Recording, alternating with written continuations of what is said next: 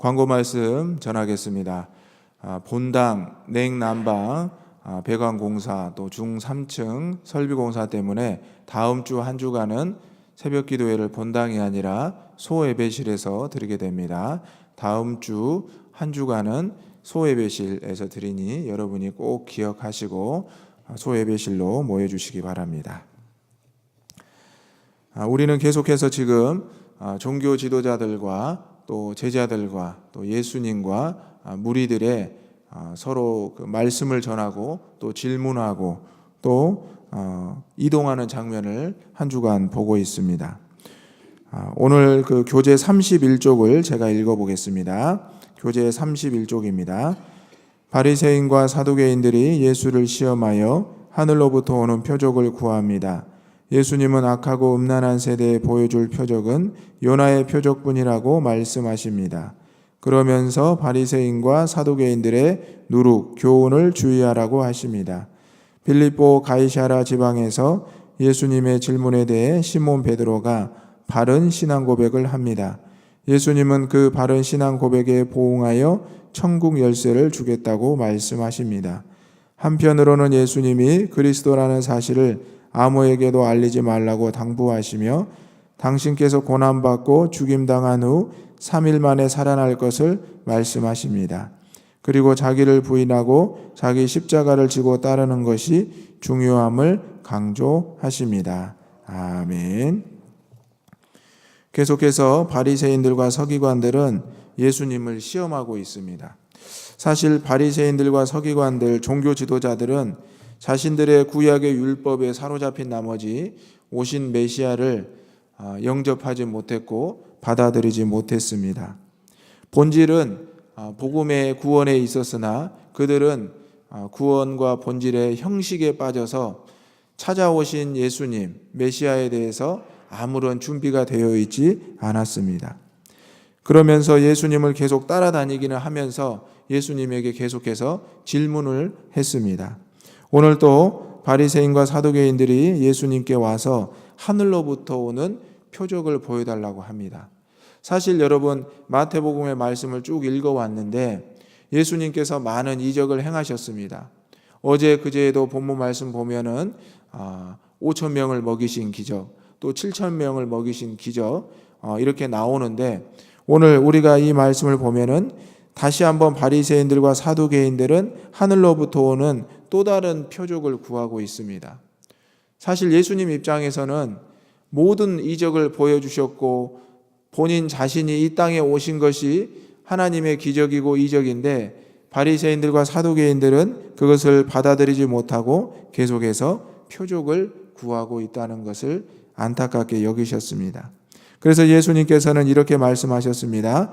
너희가 저녁에 하늘이 붉으면 다음 날이 좋다 하고 그 다음 날 아침에 하늘이 붉고 흐리면 오늘은 날씨가 안 좋겠다 이렇게 판단하는데 날씨를 판단하면서 어떻게 너희는 이렇게 표적은 분별할 수 없느냐, 어떻게 너희 앞에 와 있는 메시아인 나를 분별할 수 없느냐, 참 안타깝구나라고 말씀을 하셨습니다.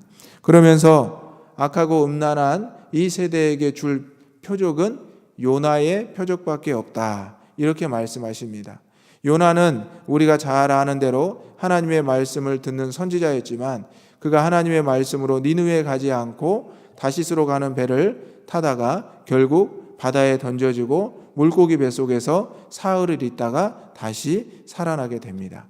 바로 예수님께서는 자신이 앞으로 고난을 받을 것이고 이렇게 죽은 지 사흘 만에 다시 살아나서 복음을 전하게 될 것이라는 이 표적 외에는 너희에게 줄 것이 없다라고 말씀하시는 내용입니다.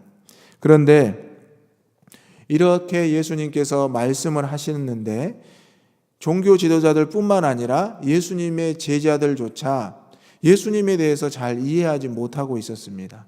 사랑하는 성도 여러분, 여러분 교회를 한 달, 두 달, 10년 또 어렸을 때부터 다니신 분이 있으실 겁니다.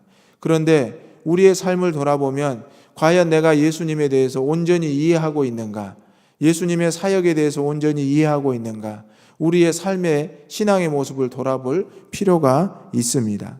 내가 수십 년 동안 신앙생활했지만 하나님에 대한 존재, 예수님에 대한 존재, 성령에 대한 존재를 내 뜻에 가두어 두고 내 뜻대로 해석하고 내 뜻대로 주장할 때가 있었다는 사실입니다. 오늘 제자들은 예수님이 보여주신 기적을 보면서도 또다시 예수님에 대해서 다른 생각을 하고 있습니다. 제자들이 이제 건너편으로 갈 때 떡 가져가는 것을 잊었습니다. 사실 어제 그제 계속해서 예수님께서는 떡과 물고기로 따르는 무리들을 배불리 먹이셨습니다. 그런데 이 제자들이 당연한 듯이 또 떡 가져가기를 잊어버렸습니다. 그때 마침 예수님께서 너희는 삼가 바리새인과 사두개인들의 누룩을 주의하라 이렇게 말씀하시니까 아차, 우리가 또 떡을 안 가져왔구나. 어떻게 할까? 예수님, 우리가 또 떡을 안 가져왔습니다. 저희가 떡을 가서 사올까요? 이렇게 물어봅니다.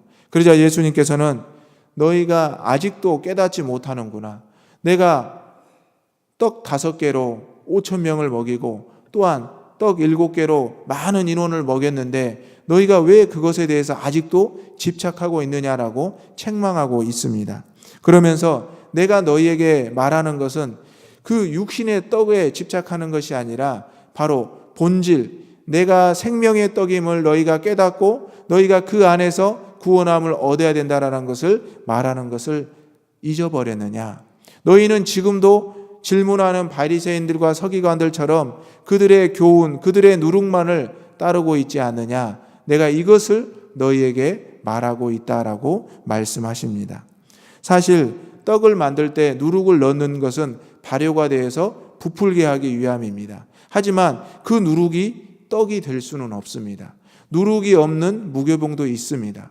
그래서 우리가 중요한 것은 복음에 대한 본질이 갖추어져 있으면 형식이나 또 현실 중심적이었던 바리새인들과 서기관들의 이 교훈을 우리가 물리칠 수 있다는 사실입니다. 바리새인들과 서기관들의 잘못은 본질인 구원이신 예수님을 바라보지 못하고 온전히 영접하지 못했다는 사실에 있습니다. 사랑하는 성도 여러분, 여러분은 지금 어떤 모습을 가지고 있습니까?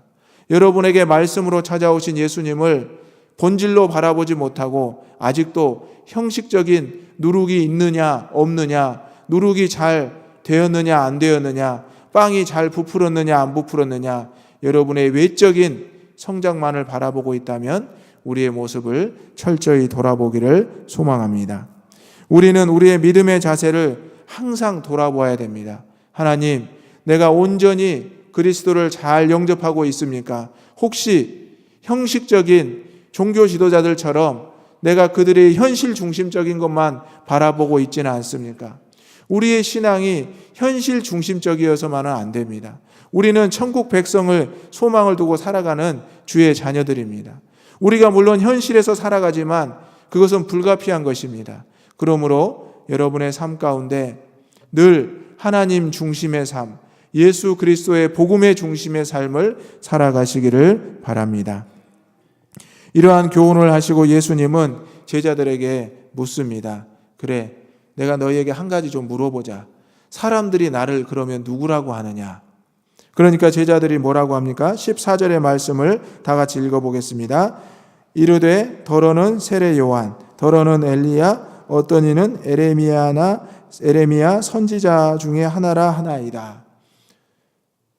예수님에 대해서 아직 잘 알지 못하고 있다는 것을 보여주고 있습니다. 세례 요한, 엘리야, 어떤 이는 에레미야나 선지자 중에 하나입니다. 이렇게 말을 했다고 말씀을 전합니다. 그런데 이 이야기는 뭔지 아십니까? 바로 제자들의 그런 생각입니다. 사람들의 생각을 물어봤지만 결국 예수님은 너희는 나를 어떻게 생각하느냐 이렇게 또 질문하고 있는 겁니다. 그리고 나서 예수님께서 그러면 너희는 나를 누구라고 하느냐? 그때 한 사람 베드로가 이렇게 대답을 합니다. 함께 읽어보겠습니다. 16절입니다. 시몬 베드로가 대답하여 이르되 주는 그리스도시요 살아계신 하나님의 아들이시니이다. 아멘. 지금까지 베드로는 다혈질이었고 혈기가 왕성했고 때로는 무식해 보이고 때로는 앞뒤 안 가리는 제자였습니다. 그런데 성경 말씀에 있어서 베드로의 가장 멋진 모습이 바로 이 본문의 말씀입니다. 다시 한번 함께 읽겠습니다. 시작. 시몬 베드로가 대답하여 이르되 주는 그리스도시요 살아계신 하나님의 아들이시니라. 아멘. 이 고백이 저와 여러분의 고백이 되기를 소망합니다. 우리는 항상 신앙의 바른 고백이 있어야 됩니다. 우리가 주의 전에 나와서 주님을 만나기 위해서는 우리가 우리의 바른 신앙의 고백을 해야 됩니다. 하나님의 존재에 대해서, 우리의 죄에 대해서, 또 예수님의 능력에 대해서, 또 우리의 삶의 앞으로의 목표를 위해서, 주님과 동행하는 삶에 대해서 우리는 끊임없이 바른 신앙의 고백을 해야 됩니다. 이 시간 한번 따라서 해보겠습니다. 끊임없이 바른 신앙의 고백을 하겠습니다. 아멘. 바른 신앙의 고백을 했던 베드로에게 예수님께서 뭐라고 하셨습니까? 예수께서 대답하여 이르시되 바요나 시몬아 내가 복이 있도다. 이를 내게 알게 한 이는 혈육이 아니요 하늘에 계신 내 아버지이시니라. 아멘. 바요나 시몬에게 내가 복이 있도다라고 말씀하셨습니다. 하지만 이것을 내가 안 것은 육체적으로 안 것이 아니라 하늘에 계신 내 아버지 하나님의 능력으로 알게 되었다라고 말하고 있습니다. 바로 여러분도 마찬가지입니다. 여러분이 예수님의 존재에 대해서, 복음에 대해서 알 수 있는 것은 혈육으로 알 수 있는 것이 아니라 오직 하나님의 능력과 말씀으로 알게 되는 것임을 고백하시기를 바랍니다. 아멘. 또한 계속해서 예수님께서는 뭐라고 하셨습니까? 이제 너는 베드로라 말하겠다. 베드로는 반석이라는 뜻입니다. 내가 이 반석 위에 내 교회를 세우리니 음부의 권세가 이기지 못하겠다. 사랑하는 성도 여러분, 바요나 시몬, 이제 베드로라는 이름, 반석이란 이름을 얻게 됩니다. 그리고 그 반석 위에 내가 교회를 세우겠다라고 합니다. 여러분의 이름에, 여러분의 삶에 하나님의 교회가 세워지기를 주님의 이름으로 축원합니다. 이미 여러분의 삶에 세워진 이 신일교회가 더욱 여러분의 바른 신앙의 고백을 통해서 든든하게 세워지기를 주님의 이름으로 축원합니다. 여러분의 삶에 세워진 이 신일교회가 결코 음부의 권세가 이기지 못하고 음부의 권세를 이겨내는 몸된 신일의 제단이 될 줄로 믿습니다. 아멘.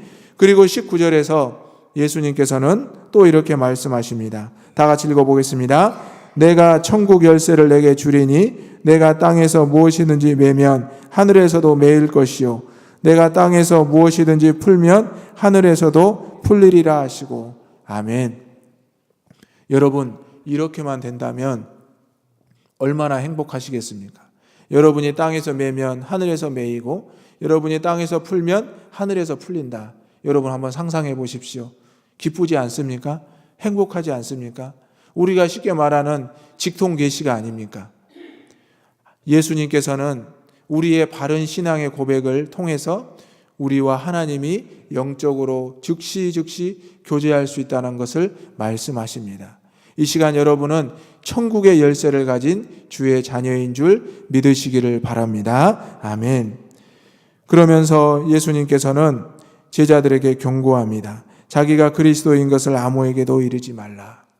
예수님께서는 이러한 기적과 이적을 보여주시면서 자신의 사역이 끝나기 전에 자신의 존재를 드러내지 않기를 원하셨습니다.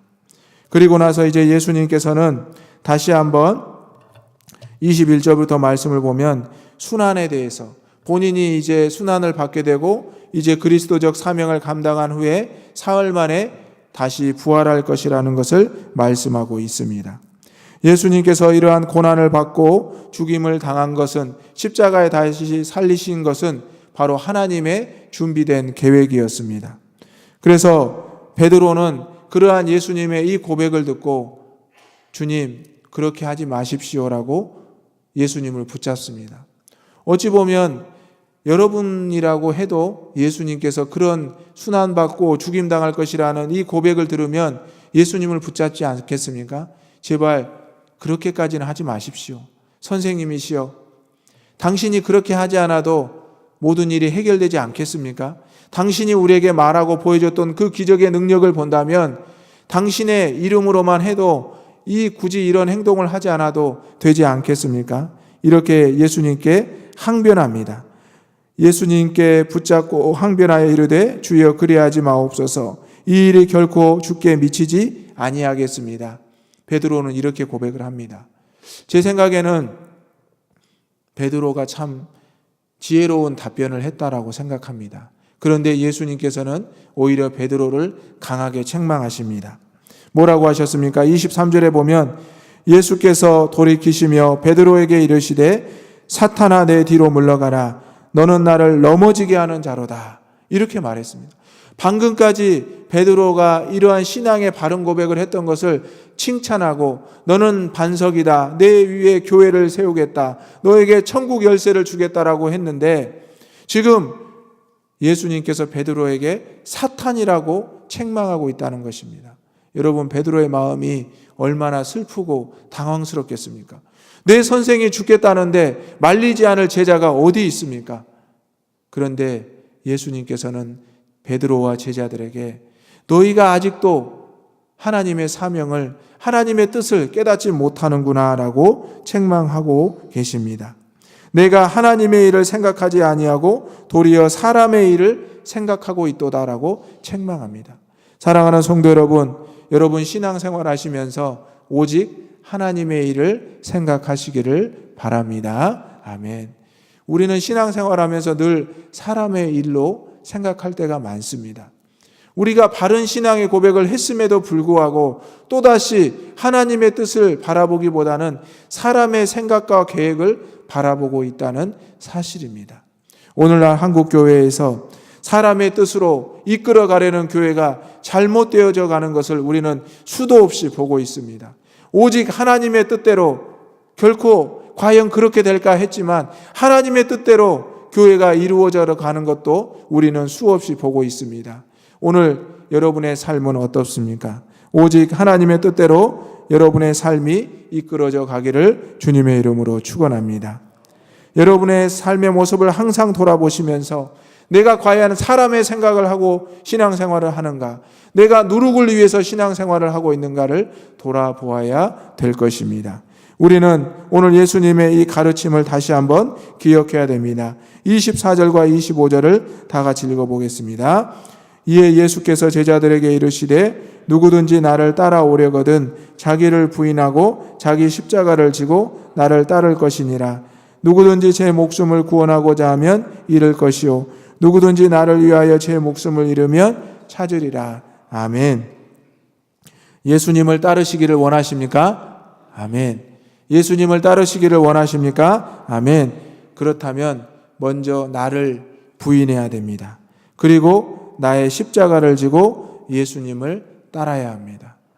이 자리에 앉아 계신 여러분, 스스로를 부인하시고 스스로의 십자가를 지시고 예수님을 따르는 여러분의 신앙의 자세가 되기를 소망합니다. 또한 누구든지 제 목숨을 구원하고자 하면 잃게 된다라고 말씀하십니다. 하지만 누구든지 예수님을 위하여 목숨을 잃으면 찾게 된다라고 말씀하고 있습니다. 베드로는 훗날 어떻게 됐습니까? 물론 예수님을 3번이나 부인했지만 그가 다시 예수님을 만났고 예수님의 3번의 질문을 통해서 그가 다시 한번 죄사함을 받은 후에 예수님을 따르는 강한 제자가 되어서 결국 그는 순교하게 되었습니다. 많은 제자들이 예수님의 죽음과 부활 앞에서 다시 엎드려져서 그들의 대부분이 순교하게 되었습니다. 자신들을 목숨을 내어놓았을 때 그들은 생명을 찾고 주의 곁으로 갈 수가 있었습니다. 오늘 우리에게도 마찬가지입니다. 오늘 우리의 삶을 하나님께 다 맡겨드리고 나에게 주어주신 하나님의 제자의 정체성을 찾고 주님을 따른다면 저와 여러분의 삶이 주님이 기뻐하시는 그리스도의 제자의 삶을 살아가게 될 줄로 믿습니다. 아멘. 오늘 말씀을 생각하시면서 3가지를 기도하겠습니다. 먼저 우리 믿음의 자세를 항상 돌아보기를 원합니다. 2번째, 바른 신앙의 고백하는 주의 자녀가 되기를 원합니다. 3번째로 사람의 생각을 하는 것이 아니라 하나님의 생각을 할 수 있는 주의 자녀들이 되게 해달라고 함께 기도하겠습니다. 주여 믿습니다. 주여 믿습니다. 주여 믿습니다.